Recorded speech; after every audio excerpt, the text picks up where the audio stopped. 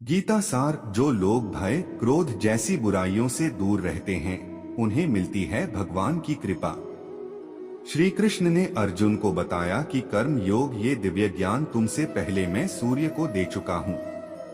श्रीमद् भगवद गीता के चौथे अध्याय के पहले श्लोक में श्री कृष्ण अर्जुन से कहते हैं कि तुमसे पहले मैंने कर्म योग का ये दिव्य ज्ञान सूर्य को दिया था। सूर्य ने अपने पुत्र वैवस्वत मनु से कहा और मनु ने अपने पुत्र राजा इक्ष्वाकु को बताया था। इस तरह ये ज्ञान ऋषियों तक पहुंचा, लेकिन बहुत समय बीत जाने की वजह से मनुष्य लोक में ये ज्ञान लुप्त हो गया है। तू मेरा भक्त है और सखा है, इसीलिए मैं ये ज्ञान तुझे फिर से दे रहा हूँ। श्री कृष्ण की ये बातें सुनकर अर्जुन ने पूछा कि आपका जन्म तो अभी हुआ है, सूर्य देव का जन्म तो बहुत पहले हो चुका है, तो ये बात मैं समझ नहीं पा रहा हूँ। आपने सूर्य देव को ये ज्ञान कैसे दिया? अर्जुन का प्रश्न सुनकर भगवान श्री कृष्ण कहते हैं कि मेरे और तेरे बहुत से जन्म हो चुके हैं। मैं उन सभी जन्मों के बारे जानता हूँ, लेकिन तू नहीं जानता। मैं अजन्मा हूँ, अविनाशी हूँ। जब जब धरती पर धर्म घटता है और अधर्म बढ़ता है तो मैं अपनी योग माया से प्रकट होता हूँ। मैं मेरे भक्तों की, संतों की रक्षा के लिए और पापियों का अंत करने के लिए अवतार लेता हूँ। जो भक्त मेरे रहस्यों को समझ लेता है उसे मेरी कृपा मिल जाती है और फिर उसकी आत्मा फिर से जन्म नहीं लेती है। जो लोग भय और क्रोध जैसी बुराइयों से दूर रहते हैं उन पर मेरी विशेष कृपा रहती है। जो भक्त जिस तरह मेरी कृपा चाहता है मैं उसी तरह उन पर कृपा करता हूँ, क्योंकि सभी मनुष्य मेरे ही मार्ग का अनुसरण करते हैं। मनुष्य लोक में कर्म ही प्रधान है। जो लोग कर्म करते रहते हैं, अपने कर्तव्य से पीछे नहीं हटते हैं, उन्हें ही सिद्धि यानी सफलता मिलती है। इसीलिए हर व्यक्ति को अपने कर्म करते रहना चाहिए। कर्मों के प्रभाव से मनुष्य का कल्याण हो सकता है। भी पढ़े। कंफ्यूजन न केवल आपको कमजोर करता है बल्कि हार का कारण बन सकता है। लाइफ मैनेजमेंट की पहली सीख, कोई बात कहने से पहले ये समझना जरूरी है कि सुनने वाला कौन है। जब कोई आपकी तारीफ करे तो यह जरूर देखें कि उसमें सच्चाई कितनी है और कितना झूठ है। आज का जीवन मंत्र, अकेली महिला समाज में असुरक्षित क्यों है? क्यों नारी देह आकर्षण, अधिकार और अपराध का शिकार बनती जा रही है? कार्तिक मास आज से जीवन के 3 खास पहलुओं को पूरी तरह से जीने का महीना है। कार्तिक दीपावली के 5 दिन 5 भावनाओं के प्रतीक हैं। स्वर्ग और नर्क कर्म के तराजू पर समान रूप से तुलते हैं। इन्हीं के आधार पर आत्मा की गति होती है। चंचल मन की इच्छाओं का त्याग करने वाले व्यक्ति ही परमात्मा के हृदय में वास करते हैं। संशय से बाहर निकलकर कर्म को पहचानने वाला व्यक्ति ही सर्वश्रेष्ठ कहलाता है। योगियों की यही पहचान होती है कि उनकी इंद्रियां उनके अधीन होती हैं। भयमुक्त होता है वह प्राणी जो परमात्मा की इच्छा को अपने लिए आदेश मानकर चलता है। चिंताओं की चिता को दाग वही प्राणी देता है जो पूर्णतः मन भाव से स्थिर हो जाता है। सच्ची श्रद्धा और परमात्मा के प्रति समर्पण तब ही सफल माना जाता है जब उसमें कोई शंका न हो। जीवन में अपने पथ से भटकने वाला व्यक्ति कभी भी परमात्मा की प्राप्ति नहीं कर सकता, फिर चाहे वह कितना भी कुछ क्यों न कर ले। भय के होने पर मन की स्थिति भयानक हो जाती है। वीर वही है जो कर्म ज्ञान का अनुसरण करता हो। सृष्टि में हर जीव के हृदय में नारायण का ही वास है। मनुष्य को चाहिए कि वह अपने भीतर के नारायण का स्वरूप जाने। जब कभी भी सृष्टि पापियों के पाप से आतंकित होती है तब नारायण इस धरती पर धर्म बचाने, सृष्टि की संस्कृति, ज्ञान और मानवता के संरक्षण के लिए अवतार लेते हैं। परमात्मा की लीलाओं को जिसने शून्य होकर जान लिया, उसने जीवन के अनंत ज्ञान की प्राप्ति कर ली। राजसी, तामसी और सात्विक के आधार पर ही मानव के गुण, प्रकृति और व्यवहार का निर्धारण होता है। जीवन का एक ही सार होता है, श्रीमद् भागवत गीता। यही सार यदि जीवन का आधार बन जाए तो जीवन सफल बन जाता है। आशा करते हैं कि आपको Bhagavad Gita motivation video in Hindi में आपको जीवन के अनमोल ज्ञान के बारे में पता चलेगा। साथ ही इसमें आपके सवालों के सही जवाब मिलेंगे। उम्मीद है कि यह वीडियो इंटरेस्टिंग लगा होगा। साथ ही यह वीडियो आपको पसंद भी आया होगा। इसी प्रकार के अन्य मोटिवेशनल वीडियो के लिए परिधि लाइफ मोटिवेशन यूट्यूब चैनल के साथ बने रहें। धन्यवाद। जय श्री कृष्णा। जो कार्य में निष्क्रियता और निष्क्रियता में कार्य देखता है वह एक बुद्धिमान व्यक्ति है। मैं धरती की मधुर सुगंध हूँ। मैं अग्नि की ऊष्मा हूँ। सभी जीवित प्राणियों का जीवन और सन्यासियों का आत्मसंयम हूँ। तुम उसके लिए शोक करते हो जो शोक करने के योग्य नहीं है, और फिर भी ज्ञान की बातें करते हो। बुद्धिमान व्यक्ति ना जीवित और ना ही मृत व्यक्ति के लिए शोक करते हैं। कभी ऐसा समय नहीं था जब मैं, तुम या ये राजा महाराजा अस्तित्व में नहीं थे। ना ही भविष्य में कभी ऐसा होगा कि हमारा अस्तित्व समाप्त हो जाए। कर्म मुझे बांधता नहीं, क्योंकि मुझे कर्म के प्रतिफल की कोई इच्छा नहीं। हे अर्जुन, हम दोनों ने कई जन्म लिए हैं। मुझे याद है, लेकिन तुम्हें नहीं। वह जो वास्तविकता में मेरे उत्कृष्ट जन्म और गतिविधियों को समझता है, वह शरीर त्यागने के बाद पुनः जन्म नहीं लेता और मेरे धाम को प्राप्त होता है। अपने परम भक्तों जो हमेशा मेरा स्मरण या एक चित्त मन से मेरा पूजन करते हैं, मैं व्यक्तिगत रूप से उनके कल्याण का उत्तरदायित्व लेता हूँ। कर्म योग वास्तव में एक परम रहस्य है। कर्म उसे नहीं बांधता जिसने काम का त्याग कर दिया है। बुद्धिमान व्यक्ति को समाज कल्याण के लिए बिना आसक्ति के काम करना चाहिए। जो व्यक्ति आध्यात्मिक जागरूकता के शिखर तक पहुंच चुके हैं, उनका मार्ग है निस्वार्थ कर्म। जो भगवान के साथ संयोजित हो चुके हैं, उनका मार्ग है स्थिरता और शांति। यद्यपि मैं इस तंत्र का रचयिता हूँ, लेकिन सभी को यह ज्ञात होना चाहिए कि मैं कुछ नहीं करता और मैं अनंत हूँ। मनुष्य के विनाश का कारण बनती है ये एक चीज। गीता में श्री कृष्ण ने बताई हैं ये बातें। गीता का ज्ञान कृष्ण ने महाभारत युद्ध के दौरान अर्जुन को दिया था। गीता की बातें मनुष्य के लिए कल्याणकारी हैं। इसमें श्री कृष्ण ने बताया है कि मनुष्य का विनाश कब होने लगता है। श्रीमद् भागवत गीता का उपदेश भगवान श्री कृष्ण ने अर्जुन को दिया था। यह एकमात्र ऐसा ग्रंथ है जो मनुष्य को जीने का सही ढंग बताता है। गीता जीवन में धर्म, कर्म और प्रेम का पाठ पढ़ाती है। श्रीमद् भागवत गीता का ज्ञान मानव जीवन के लिए बहुत उपयोगी माना गया है। गीता संपूर्ण जीवन दर्शन है और इसका अनुसरण करने वाला व्यक्ति सर्वश्रेष्ठ होता है। श्रीमद् भागवत गीता में भगवान कृष्ण के उपदेशों का वर्णन है जो उन्होंने महाभारत युद्ध के दौरान अर्जुन को दिए थे। गीता की बातों को जीवन में अपनाने से व्यक्ति को खूब तरक्की मिलती है। गीता में श्री कृष्ण ने बताया है कि मनुष्य का विनाश कब होने लगता है। गीता में श्री कृष्ण कहते हैं कि मनुष्य को कभी भी अहंकार नहीं करना चाहिए। अहंकार मनुष्य से वह सब करवाता है जो उसके लिए सही नहीं है। अंत में यह अहंकार ही उसके विनाश का कारण बनता है। इसलिए जीवन में जितना जल्दी हो सके अपना अहंकार त्याग देना चाहिए।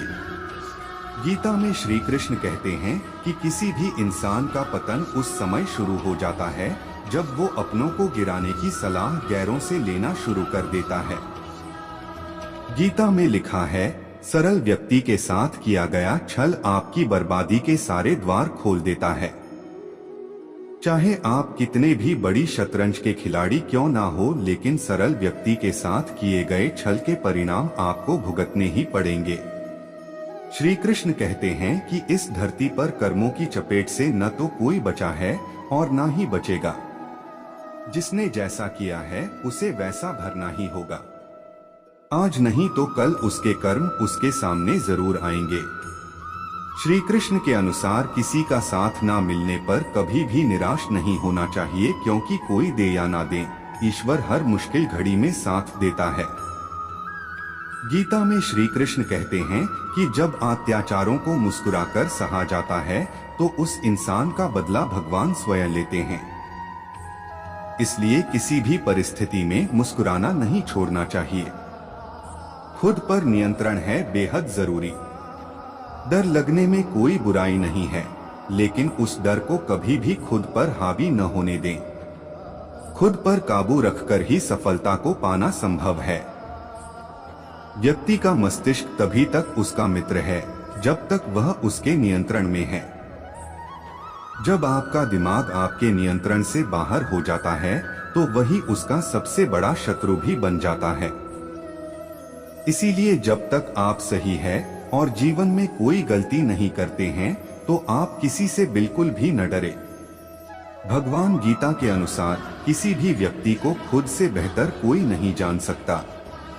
इसलिए स्वयं का आकलन करना बेहद जरूरी है। हम लोगों को हमेशा लगता है कि वो काम नहीं कर सकते हैं जो कोई दूसरा करता है। गीता के अनुसार जो भी व्यक्ति अपने गुणों और कमियों को जान लेता है वह अपने व्यक्तित्व का निर्माण करके हर काम में सफलता प्राप्त कर सकता है। अपने मन पर नियंत्रण रखें। श्री कृष्ण कहते हैं कि कई बार हमारा मन ही हमारे दुखों का कारण बन जाता है। गीता के अनुसार जिस व्यक्ति ने अपने मन पर काबू पा लिया, उसे नियंत्रण करने की कला सीख लिया है, तो वह मन में पैदा होने वाली बेकार की चिंताओं और इच्छाओं से भी दूर रहता है। इसके साथ ही व्यक्ति को अपने लक्ष्य को भी आसानी से प्राप्त कर लेता है। अपने क्रोध पर काबू रखें। कहा जाता है मनुष्य का पतन का मुख्य कारण क्रोध ही होता है।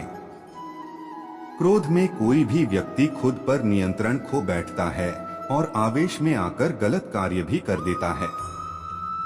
कभी कभी गुस्से में व्यक्ति खुद का अहित कर बैठता है। इसलिए क्रोध को खुद पर हावी नहीं होने देना चाहिए। गीता में श्री कृष्ण ने बताया है कि यदि गुस्सा आए तो स्वयं को शांत रखने का प्रयास करें। फल की इच्छा छोड़ देना चाहिए। गीता में श्री कृष्ण के उपदेश के अनुसार मनुष्य को फल की इच्छा छोड़कर कर्म पर ध्यान देना चाहिए, क्योंकि मनुष्य जैसा कर्म करता है उसे फल भी उसी के अनुरूप मिलता है। इसीलिए कर्मयोगी को कभी भी फल की चिंता नहीं करनी चाहिए। स्पष्ट नजरिया रखें। गीता के अनुसार व्यक्ति को संदेह या संशय का स्थिति में नहीं रहना चाहिए। जो लोग संशय का स्थिति में रहते हैं उनका भला नहीं हो सकता है। जीवन में स्पष्ट नजरिया होना चाहिए। किसी भी मनुष्य का लक्ष्य एकदम सीधा होना चाहिए, यानी कहें तो वो अपने लक्ष्य से भटकना नहीं चाहिए। ज्योतिष संबंधित चुनिंदा सवालों के जवाब प्रकाशित किए जाएंगे। ज्योतिष शास्त्र में कई ऐसे उपाय बताए गए हैं जिन्हें करने से जीवन की हर परेशानी दूर की जा सकती है। ये उपाय करियर, नौकरी, व्यापार, पारिवारिक कलह सहित कई अन्य कार्यों में भी सफलता दिलाते हैं। नीचे दिए गए विभिन्न समस्याओं के निवारण के लिए आप एक बार ज्योतिषीय सलाह जरूर ले सकते हैं।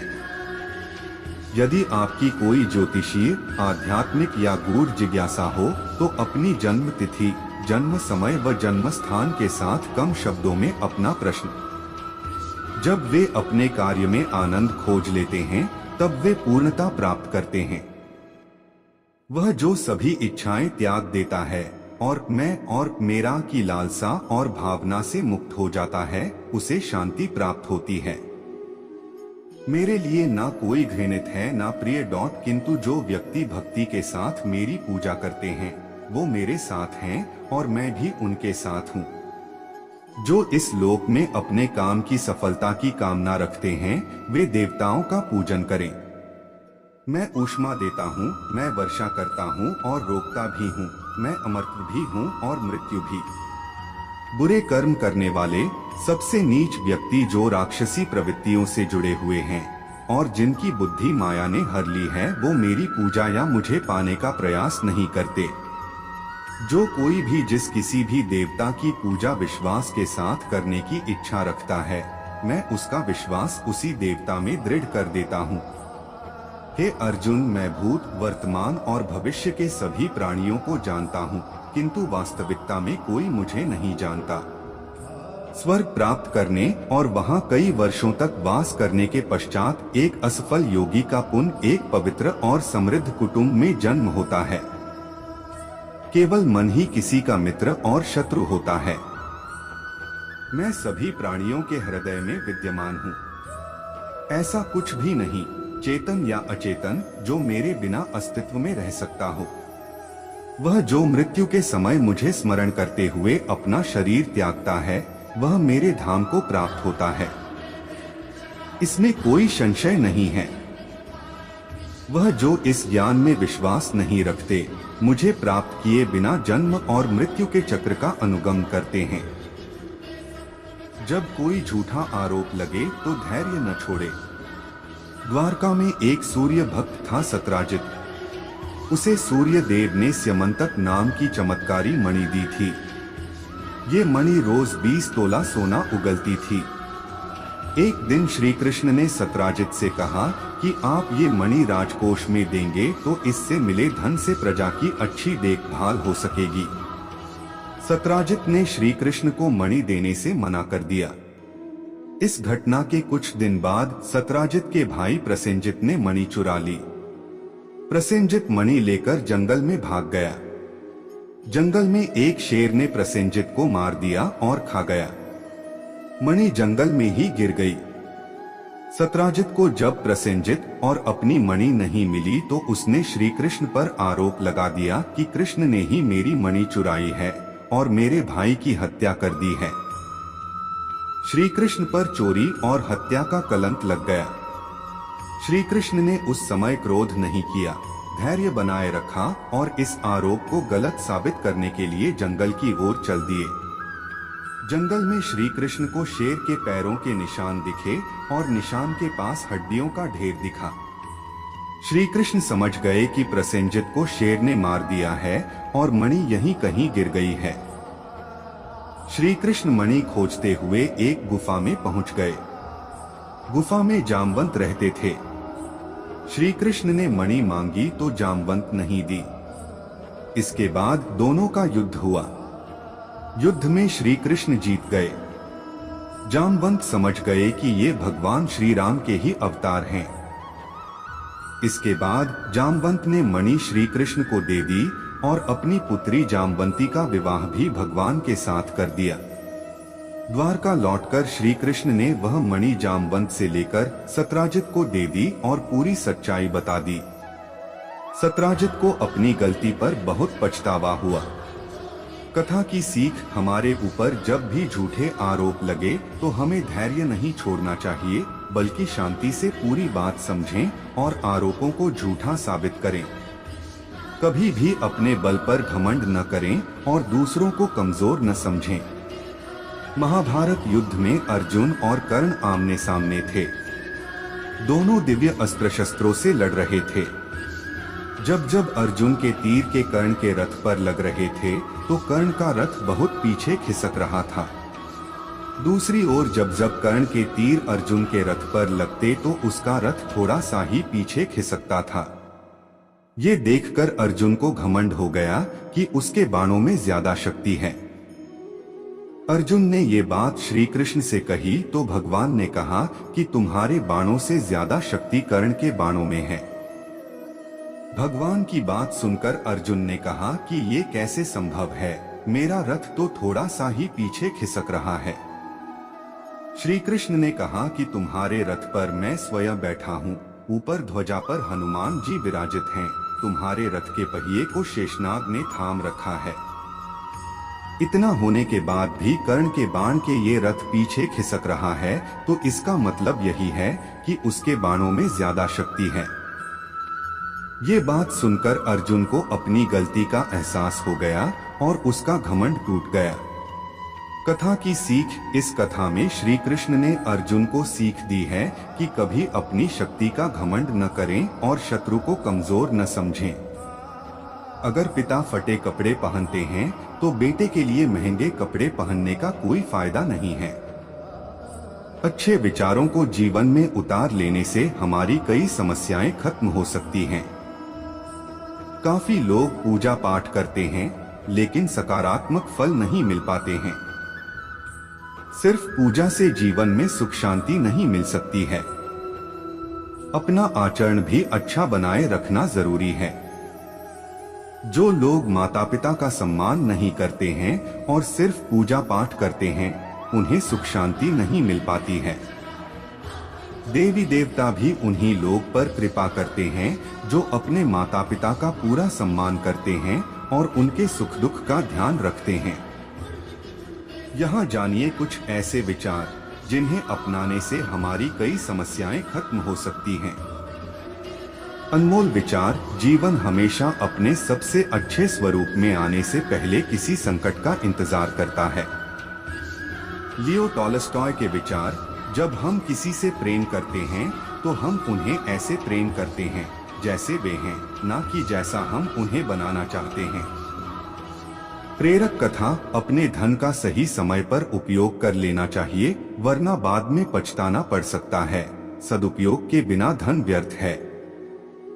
चाणक्य नीति। पुत्र वही है जो पिता का भक्त है, पिता वही है जो पालन करता है, मित्र वही है जिस पर विश्वास है। गीता। कोई भी व्यक्ति किसी भी अवस्था में पल भर भी कर्म किए बिना नहीं रह सकता। सभी अपनी प्रवृत्ति के अनुसार कर्म करते हैं। प्रेरक कथा। दूसरों के बुरी बातों पर ध्यान नहीं देना चाहिए, वरना हमारा मन अशांत हो जाता है। सिर्फ अपने काम में मन लगाएं।